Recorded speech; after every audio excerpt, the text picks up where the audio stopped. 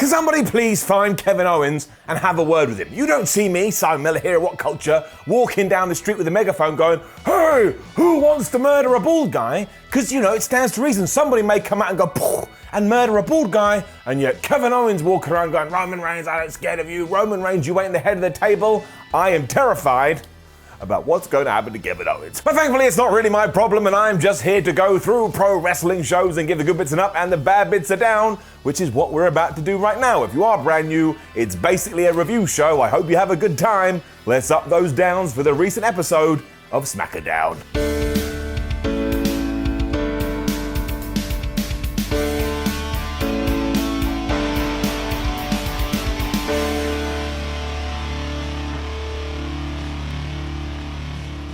Of course, it was Kevin Owens who was out to start SmackDown this week, and he was surrounded by tables, ladders and chairs, because on Sundays we're having a pay-per-view called Table, Ladders and Chairs.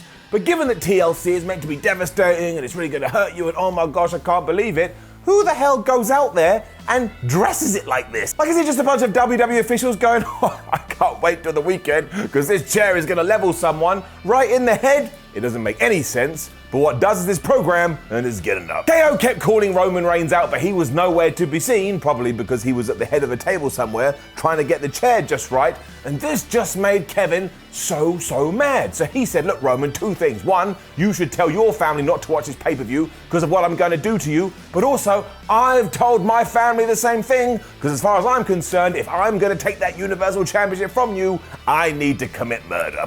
He didn't say that at all, but he was so mad, you would have believed that's what he was thinking. Kevin then went on to say how Roman is abusing his family, and I was like, Kevin, man, what the hell are you doing? When Paul Heyman popped up on the big screen and he shared my worries. For starters, Owens is paying himself as a martyr here, and everybody in the Roman clan had now decided the only way they're going to be able to get rid of him is to finish him off.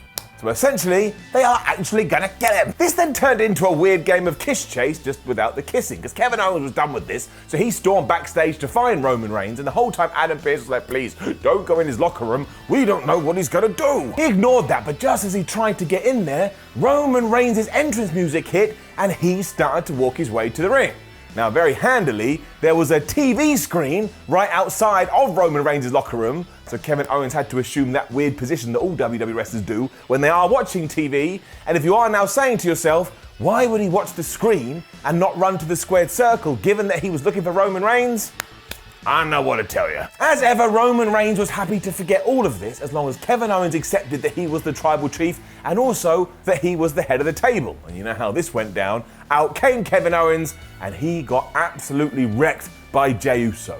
Poor manipulated Jey Uso. Boy howdy did he and Roman whoop Kevin Owens' ass though, to the point when he wasn't able to get back up. Even Reigns looked a little bit worried, like he just had a vision of somebody going, I don't think you're the head of the table. We weren't done though. We weren't done at all, because then we then cut to the back and Jey Uso was like, oh man, yeah, we've done it, he's over. And Reigns was like, no, we haven't. He's definitely going to get back up. So Jey, you now need to find him and you need to end it. This was just so great though. We have character development, we have progress, we have depth, we have evolution. I tell you, it's a mystery. What I don't get is why can't all WWE stories just be like this?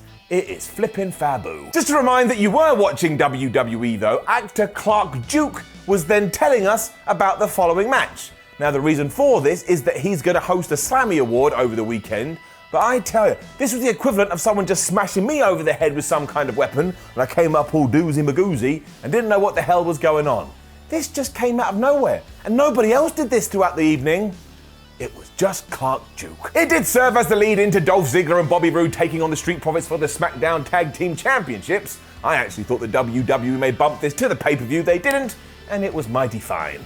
It was just great work from start to finish, although Angelo Dawkins did like a right moron, because Dolph Ziggler distracted him at the beginning and allowed Bobby Roode just to beat him up, and I was like, dude, you must have seen that coming. But eventually Montez Ford was in there, he took the heat, then he did a hot tag to Angelo Dawkins. It's every single WWE tag team match you've ever seen, but these guys are really good. The best spot is when Rudolph hit an assisted famouser, and I don't ever think I've seen that before, for a near fall, and actually it didn't help them at all, because within seconds, Montez Ford was on the top rope, and he hit that ridiculous looking frog splash onto Dolph Ziggler, and if it wasn't for Bobby Roode, they would have got the 1, 2, 3. Either way though, Ford just grabbed his opponent and used the most devastating move in all the sports entertainment, the surprise roll-up, and he won anyway. So the Street Profits hold on to their belts, and they're gonna have an even better Christmas because of it.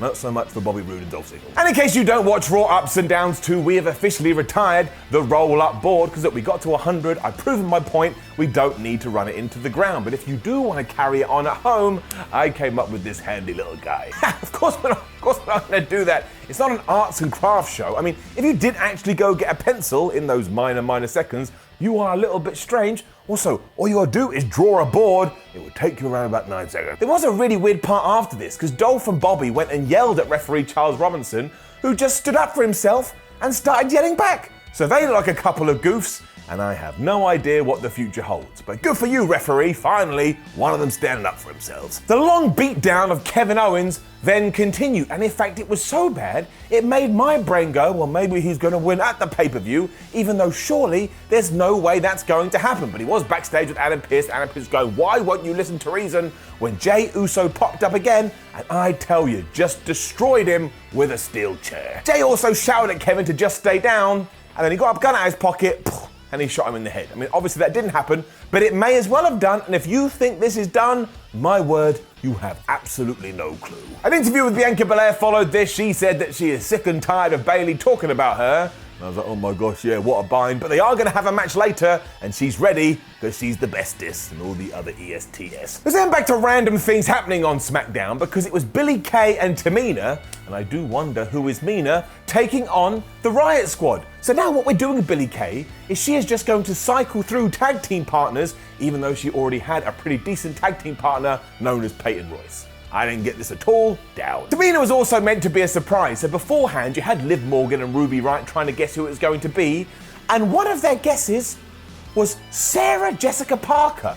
I was like, Sarah Jessica Parker? They did drop Beyonce and Wonder Woman, which made a bit more sense because they're more topical, but Sarah Jessica Parker? When they said it, I thought, maybe it is going to be her. I don't know what else she's doing. Anyway, the Riot Squad won this after Tamina did have the thing wrapped up after the Samoan drop. But Billie Kay tagged herself in, and because Billie Kay is a little bit of a moron, she then got double teamed. 1, 2, 3, Morgan and Riott basically stole the thing, and all the sympathy went on to Tamina. Even Michael Cole went, man, I feel sorry for that person. I understand what this was meant to get across. So that was it, done, dusted, over, and really, I just want WWE to start taking all of their tag team divisions a little bit more seriously. Everything with Carmella and Sasha Banks was next, and you already know how I feel about this. For one reason or another, it's just not doing it for me. And Sasha Banks is trying really hard, and Carmella is trying really hard. The new character is kind of okay, but doesn't really make any sense. I just thought this went way too long, down. But we were having Carmella's champagne toast here, which sounded a bit like she was going to eat some bread with some booze on it, and her servant was running around going, oh, Carmella, you are the best, as Carmella was like, Sasha Banks, you suck, you're rubbish, and the only reason you got DQ'd last week is because deep down you know you can't beat me. And I was like, man, a blind fish could have seen that wasn't the case, but whatever. This annoyed Banks, so her music started to play and the servant ran up the ramp, but of course Sasha was smart at this, so she just appeared behind Carmella and she started to beat her down. Unfortunately, the servant then got back in the ring, that caused a distraction, and smash! Carmella smacked her again with a bottle of booze. And like, all of this was fine, but I'm just not invested. And never forget, if you are, and you're having the time of your life watching these two people, then you win. You sat down to be entertained, and by Jove, you got it. I just do not believe in any reality, in any world, that Carmella is going to win the title, so it's hard for me to emotionally enjoy this. Now, I'll be completely wrong, and she will, and I'll have egg on my face, but as I've said before, I love egg, so I can just lick it off, and I'll be having a great time, just kind of looking forward for this to be done. And also, if I am wrong, you can laugh at me, which happens a lot this time of year, especially when I go home for Christmas. And then Kevin Owens, my word, maybe it would have been better if Jey Uso and Roman Reigns had killed him, because he was in the trainer's room and he was getting some medical attention when Jey Uso came back, picked him up, and just threw him through a table. Poor Kevin Owens. Much like Jerry Lawler in '98, I just threw my hands in the air and went, well, that's it, he's dead. And even though Jey Uso once again shouted at him to stay down, Well, I think you can already see where this is going. And see, look, this is what I meant last week. When we did see Chad Gable and Otis lose to Cesaro and Shinsuke Nakamura, I just knew that it was WWE about to pull a WWE. Because after all of that, Otis was taking on Shinsuke Nakamura here, and he won, which means next week Cesaro will take on Chad Gable and Cesaro will win. We just go round the houses over and over and over again. However, I'm really enjoying all of this, so it's getting it up. Now, it wasn't very long, and Chad Gable is no longer being portrayed as the short guy, so I'm going to take everything I can away from that. And also, like I say, Otis got the victory here, and anything that goes well for the Oat makes me a pleased pup. There was also another tease that Gable was going to screw it up again, because when Otis was going for the caterpillar, he jumped up in the apron going, no, to a suplex instead. And even though Otis did listen to him, Shinsuke Nakamura tried to use the most devastating move in all of sports entertainment, but he failed. And then Otis just did hit the Vader bomb and win. That was a little bit strange. It was like, why do we need that? But like I said, I want them to be victorious, and thank goodness they were. Because you don't want people to be losers right out of the gate, which is something we're going to address in around about 3.5 minutes. Winning is good, and losing is not so good. Sami Zayn was here next, and man, Sami Zayn is just flipping brilliant, because he was going to be hosting the Sammy Awards here, because he thinks the Slammy Awards that are going on this weekend, as we've already said, are absolutely corrupt. But he was looking at his awards here going, man, these aren't polished enough, I better go and sort it out. Big E then popped up after Sami Zayn was out the frame though, and he started looking through the winner envelopes. And I know the constant debate is, should Big E be serious and should Big E be funny? But he was so weird here, and he was such a strange person, I was laughing my ass off. Please just give me this character until the day I die. Right, okay, WWE then showed that clip you may have already seen on social media of a bunch of WWE superstars beating up the year 2020. And I'm just gonna tell you this, if you haven't seen it, please go and watch it and then get back to me. I mean, it is something else. Gable and Otis were then celebrating the back, and once again Chad was going, Otis, why did you listen to me when I said don't do the caterpillar and go for the suplex? You should have ignored it. Once again, it's a test. Now this man is more complicated than maths, but these two just have a great dynamic. They're gonna get up early tomorrow and keep on training. I kind of hope they win the tag team titles. And I also hope Sami Zayn gets every single opportunity in the world, because this man never drops the ball. He was hosting the Sammy Awards wearing one of the best purple suits you will ever see in your life, and one of the first things he said was that we all know the Slammy Awards suck and they haven't been any good since they were presided over by President Jack Tunney. This man knows how to tick my boxes. He then had a recap package for 2020, and of course it was only focusing on Sami Zayn, and then he won Best Comeback, he won Best Match, and he was meant to win Best Superstar, but of course what had Big E been doing earlier? He had been switching things around, so Sammy got the bit of paper out and went, Superstar of the Year is Big E, and he couldn't understand what had happened. But I tell you who did, Big E, who came out with the biggest smile on his face like he had bought Cyberpunk 2077 on PC. He then proceeded to cut the most ridiculous acceptance speech ever, and I was having such a good time, and it all ended with Big E beating the hell out of Sami Zayn. And all I'm going to say is WWE, when they do finally have their big match, please give them some time. These are genuinely two of the best guys you've got on your entire roster. Thumbs. A brutal interview from Bayley followed, and she was saying she doesn't care about any of the accolades that Bianca Belair goes on about, because she was a pretty damn good athlete in high school too. And that match is next. Don't know why I did it like that. I am not Michael Cole. It was, however, really flipping good. Now really this probably should have been on TLC, but I think it does tie into the ending, tie into the finish, which is what we need to talk about and where we need to concentrate, because it has created a little bit of palaver on the internet, and I totally understand why. Because after some really good action where Belair herself looked absolutely great, she went to powerbomb Bayley. Bayley raked her eyes, then hit her with the rose plant, and clean as a whistle, I know she raked the eyes kinda, got the 1, 2, 3. And even on commentary, this led Corey Graves to go, ha ha ha, Bianca Belair, what a loser. Michael Cole tried to say this, going, no, Corey, she just lost to a former WWE champion. But I never think that works. But if you want to go through it bit by bit, did Bayley cheat to win? Yes, but did Bianca Belair come across as the better athlete? Yes, but ultimately, who got the win and who got the loss? Well, it was Bayley with the victory and Bianca Belair with the defeat. And I think the wider issue is that WWE constantly brings new stars into the promotion and then they just lose. I am not saying that Bianca is Goldberg, but do you know why everyone thought Goldberg was a badass? Because he walked in the door and he won 185 times in a row, and that made everyone go, well, that was pretty badass. I want to be like Goldberg. Apparently that's how wrestling fans speak. It's not true. But to be fair, for this one, I am going to instigate the Simon Miller wait and see program, which is literally where I sit down and wait and see what WWE is going to do, because the rumor is they are going to push Bianca Belair quite hard. It's just so strange. We're just going so round the houses. Like Bayley lost to Natalya a couple of weeks ago, and now Bianca can't beat her, even though she should be, your next big star.